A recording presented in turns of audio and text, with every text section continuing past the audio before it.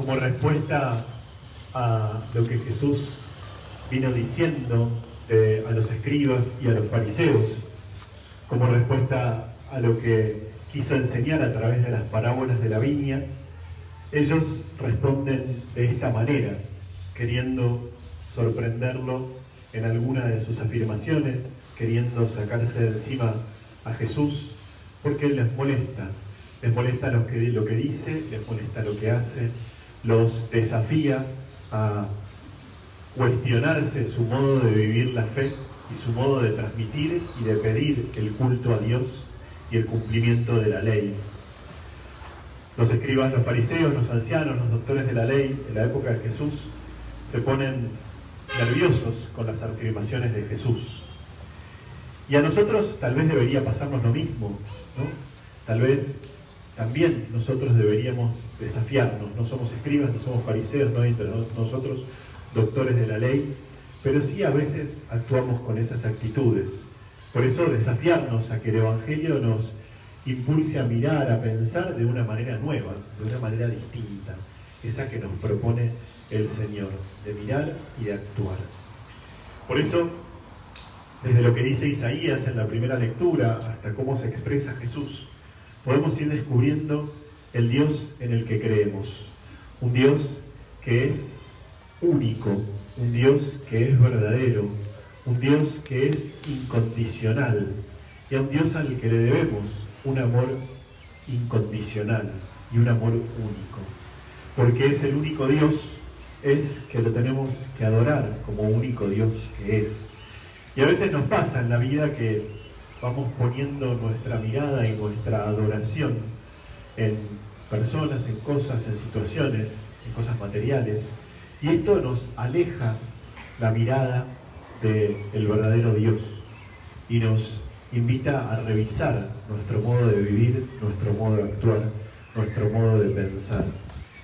Jesús quiere que sepamos que Dios es el único Dios y a ese Dios lo amamos con todo el corazón.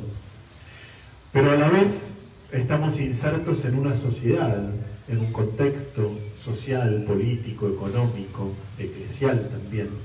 Y toda esa sociedad, todo ese contexto, toda esa realidad que nos rodea y en la que estamos también inmersos, actúa en nosotros. No vivimos por un lado nuestra fe y por otro lado el resto de nuestra vida, nuestro modo de pensar y de actuar. Y por eso está bueno que nuestra fe pueda ser plural, y que, como lo es, y que nuestra fe también tenga algo que decirle a nuestro modo de vivir. El Evangelio tiene algo que decirle a nuestro modo de vivir, a nuestro modo de pensar. Por eso estamos llamados a vivir el Evangelio en sociedad. La fe tiene que ayudarnos a vivir y a pensar, a actuar, a reflexionar. Si creemos en este Dios, en este único Dios, al único Dios al que le debemos adoración y amor, entonces también poder contemplar nuestra vida, lo que hacemos, lo que decimos, lo que pensamos, lo que actuamos, y que esto sea coherente con el Dios en el que creemos. Porque de vuelta no hay una cosa por un lado y otra cosa por el otro. Sin embargo, también hoy Jesús viene a ayudarnos a saber distinguir, ¿no? Y aun cuando el Evangelio y nuestra fe tiene mucho que decirnos a nuestro modo de actuar y a nuestro modo de pensar y decir, no tenemos que mezclar las cosas. Porque estamos inmersos en esta sociedad, es que el Evangelio nos ilumina. Y después, lo que dice Jesús, al César lo que es del César y a Dios lo que es de Dios. No confundir, sí dejarnos iluminar, sí dejar que el Evangelio actúe en nosotros, en nuestra vida y en la vida que nos rodea y nos ayude a pensar y a vivir un modo distinto, pero no mezclar. Esa es lo que le proponían a Jesús. Como los molestaba, como lo que decía no les gustaba y los incomodaba, entonces buscan el modo de sacárselo de encima. Y van ellos y van los herodianos. Y van con una pregunta muy puntual. Respondiera lo que respondiera Jesús, se ponía algunos en contra y entonces tenían la oportunidad de sacárselo de encima. Si Jesús decía que había que pagar el impuesto al César, se ponía en contra del pueblo, que veía el impuesto como algo que lo contaminaba, como algo que lo oprimía. Y si decía que no había que pagarlo, se ponía en contra al imperio. Por eso estaban los herodianos también. Y Jesús, como muchas otras veces, no responde con una respuesta directa, sino que nos invita a pensar.